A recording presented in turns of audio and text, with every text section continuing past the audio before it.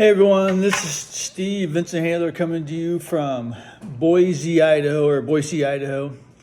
Hey, I tried to build this YouTube channel up, put things out there that I think will benefit everybody, especially if you're running a business or you're struggling with finances.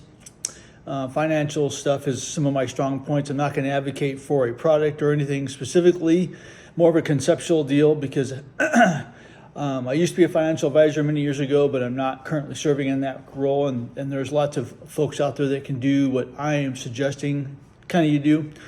So with everything going on economically in this world, I think it's fair to say that some people are struggling and some people are not. And I think, honestly, that goes with about any cycle that you're in. If you're struggling financially and you seem to can't get above the hump, I want to suggest a pay yourself concept first. And I truly mean that because when you do that, you're going to start to realize how much money is spent that you probably don't need to spend, such as going to McDonald's, going to Wendy's, going to all these fast food restaurants, eating out, stuff like that, movies and stuff. If you're really serious about your financial piece, which when you're younger, there's really not much of a sense of urgency to do this. And as you get older, you start sweating a little bit, especially if you're behind the curve. My suggestion, if you're younger, put a little bit away every time you get paid. I don't care what the amount is. It doesn't matter. It matters on being disciplined enough to do it and being consistent every month. You do that and you'll develop a habit that you'll never get rid of and you'll never, ever be broke. So second part of that, what do you do with that money? Well, that's entirely what your vision on what you're seeing for yourself down the road. We have a vision, been living our vision for a while, for many years, and it grows and grows and grows. And our big vision is coming to fruition, and we're online to capture it. So what do I mean by that? Well, I used to be an employee too, years ago. And I found that being an employee, realized pretty quick, especially as I got really good at my job, that I was being handcuffed and people above me were holding me back. And then I threw myself 10 years down the road looking at my pay scale, wondering if there'd be any chance I'd even top out at this pay scale. And do I want to wait 10 years to do it? Which means, do I really want to wait 10 years and then another 5 or 6 years to get the retirement benefit on it?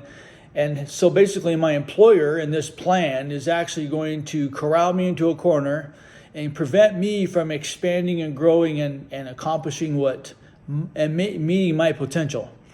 So I finally got into real estate 2015, and I started putting money away every month, every time I got paid, because I knew the big goal was I'm going to utilize this job to get me where I need to go initially, and then once it fulfilled its need, I'm going to move on. And so that's kind of what we did. We got into real estate, started stocking money away. I went on cash, which means every time I got paid, I took $120 a paycheck out of my paycheck. Then I shoved everything 20% away, and then the rest of it went to bills and then everything else. I did that for probably 3 or 4 years until my last deployment in 2016, and then I saved all of that because I didn't need it.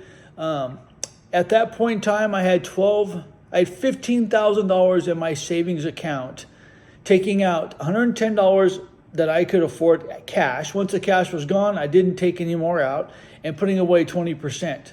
That was aggressive, but I wanted to meet my goal. I'm not suggesting you go that high, but that's what I did. Second part of that, with the real estate, is got into real estate, started helping people buy and sell homes. Then as we went along, we decided to buy what we would call an independent living home. What we wanted to do was buy a house where folks that struggled with mental illness, that still could work, still lived on their own, could live on their own, but not have a nice place. So we bought a house and we rented the rooms out. And what we basically did from there is we found that that wasn't working for us. So we decided to sell it. Then as along the way of owning that house before we sold it, we actually bought what's called an assisted living facility. So my wife, Jody, is a mental health therapist. She does that and she knows that very, very well. I'm on the business side. So we were prospecting, which we always do. And we found this property. We got lucky. We got it. And we started taking care of these residents. I thought, there's something to this. If we can provide staff and then we can mentor them. We could take care of the residents and make sure that this house is a quality house where people could take pride in living here.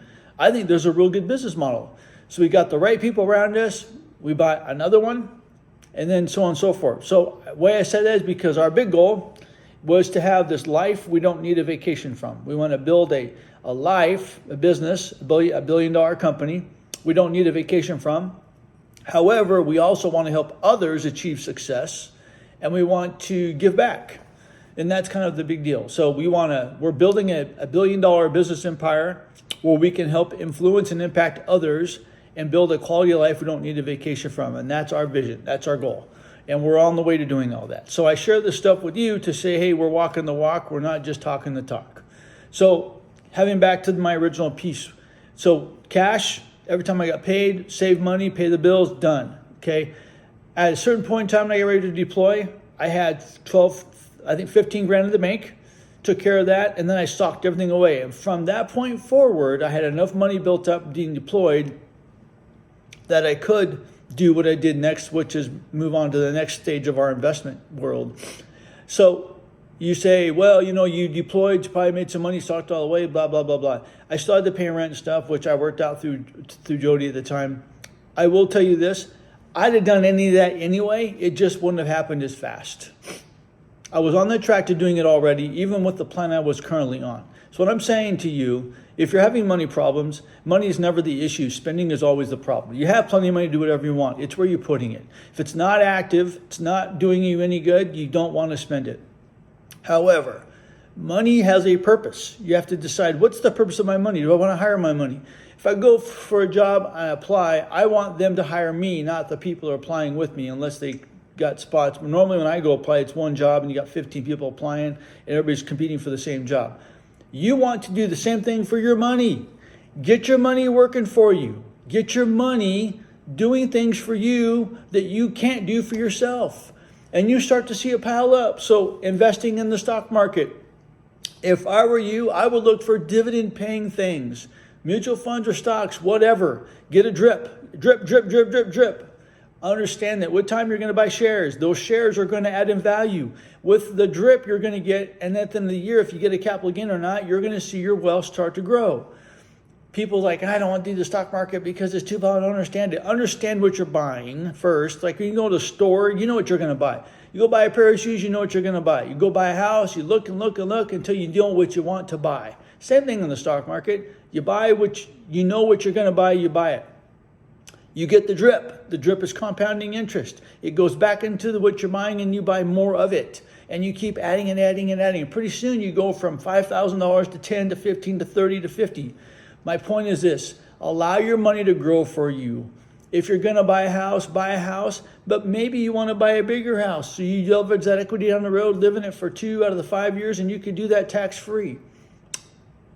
What else? Oh, in the bank. The bank isn't going to pay you squat. So let's just get honest. Bank's not going to pay you anything with the money you have in there. So if you do what I do and others do, you find a source to put your money into that will have some interest rate tied to it. That you can stack for a number that you're working on to make the move financially. So if you're looking to invest, let's say $20,000, and that's a good kick in the ass for your stock market, mutual fund, whatever, through E-Trade or whatever base you're going off of. The deal is this, you save the money, get the $20,000 saved, and then you go bam into the account, and then you buy whatever stocks or mutual funds you're going to buy, or a house. If you're going to buy a house, stack, and then whack. Put that money down. Home ownership. Some people say it's good, some people say it's bad. I'll tell you this. I'm never going to buy a house with less than 20% down. I do not want anything to do with this PMI bullshit. Private mortgage insurance is nothing that the bank does. It's all on them and you're paying for it, and that's just crap. So put 20% down, eliminate the risk for the bank, and you got a loan. What else can I say? So these are the basic stuff. I haven't gotten to the advanced stuff. These are just the basics. So get your money.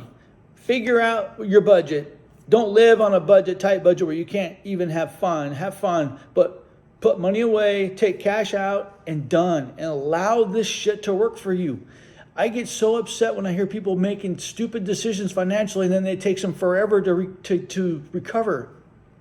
Sit down and honestly say to yourself, what is my intent with this money? What do I want to do with my life? Where am I going? What do I want my money to do for me? Get your money working for you. Hire. It's the easiest decision you can possibly make by making your money work for you. Period. It doesn't matter what's out there. You want to go on a trip, save for the damn thing. Go on a $5,000 trip, save for it. We travel twice a year. We go to Cabo. We've gone to Mexico. I've gone to Cancun and to Cabo.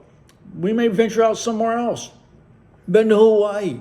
I'm not saying that to brag. All I'm telling you is that we save up with the budget to go travel and we have fun. My big goal, and we're going to get there, we're on our way there right now, in fact, is to travel and not worry about financials at all. It completely goes away because I have enough money coming in every month. I'm not worried about that. So if you're building a business, it's all about your business for the first 2 years, at least 2 years. You got to get people you trust, blah, blah, blah, blah. So I'm going to park some of this for another video. Yes, I'm passionate. I care deeply. I just want to see you guys quit making stupid decisions financially that hold you back so you can't do anything. Because I promise you this, and this is, I will take this to the bank. You get in a relationship with a female or a male, whatever you are, okay? There's a financial security piece to that relationship if you're seriously looking at building a family.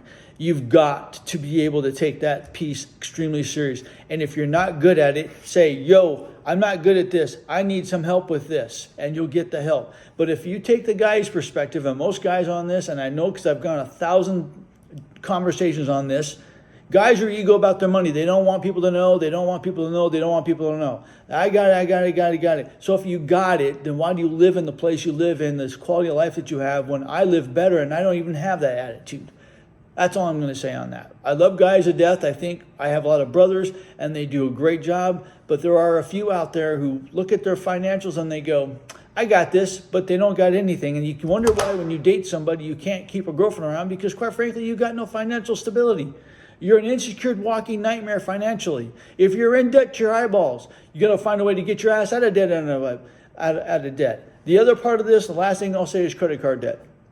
If you do not have the financial means, and I mean this savings-wise, equity-wise, whatever, to pay your credit card off on a moment's notice, you should not have a credit card. A credit card is not a safe haven. It doesn't pay you anything. In fact, the banks will take that money from you all day. And if you're one of those that pays the minimum, you're never going to get a credit card debt. So from me to you, I have a credit card and I pay way above the minimum. And I have the cash right now. If I needed to wipe out my credit card for any reason at all, I could go splash, done.